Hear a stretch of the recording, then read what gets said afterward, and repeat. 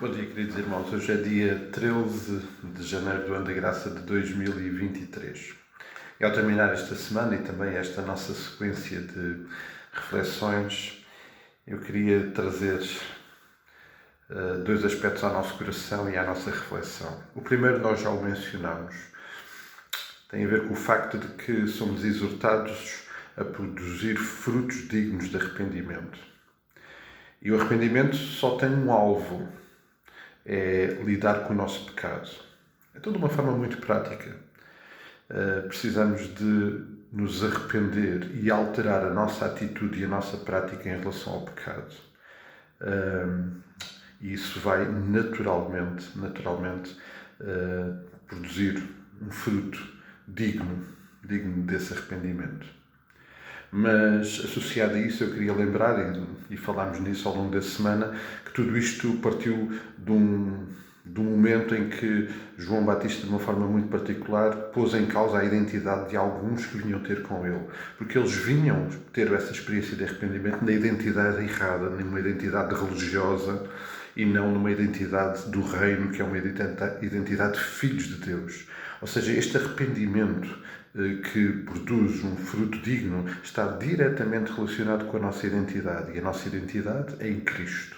Ou seja, a nossa experiência de arrependimento está totalmente relacionada com aquilo que Cristo é, com aquilo que Cristo anunciou e a forma como nós devemos lidar com este problema grave da nossa vida, que é o pecado, e produzir assim frutos dignos dele, de Jesus Cristo. Porque quem tratou verdadeiramente deste problema foi Jesus. Nós não podemos ter a ideia que a nossa experiência de arrependimento resolve todo o nosso problema com o pecado.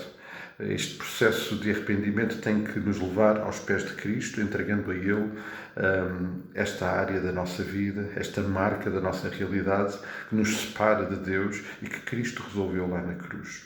E por isso, este fruto que tem exatamente esta expressão muito prática de identidade, e esta identidade de lembrar que já não é mais de pecadores, é uma identidade de filhos de Deus em Jesus Cristo, que naquela cruz, por amor, por graça, por bondade, tratou deste nosso problema que é o pecado. Mas associado a tudo isto, eu queria trazer já ao nosso coração também algo que está relacionado e que, muito provavelmente, ao longo deste ano vamos falar muitas vezes sobre esta área, este facto. O fruto, e nós provavelmente encontramos na metáfora e nas palavras do Senhor Jesus Cristo lá em João capítulo 15, muito bem explícito, o fruto produz dois efeitos muito práticos. Primeiro, honra o agricultor. O agricultor, que é o pai, é o primeiro a olhar para o fruto e a se alegrar por ele. Mas o fruto depois satisfaz. O fruto é algo que leva satisfação depois dessa primeira relação com o agricultor, com o pai, leva satisfação a outros. Ou seja, através dessa expressão da nossa identidade em Cristo, da nossa relação com o Pai através do Senhor Jesus Cristo, nós abençoamos outros. E eu queria trazer também hoje esta reflexão para a nossa conversa, para a nossa reflexão, porque também no que diz respeito ao fruto relacionado com o arrependimento, ele vai trazer bênção. Primeiramente, honra ao Pai e depois, através dele, pessoas à nossa volta vão ser abençoadas. Porquê?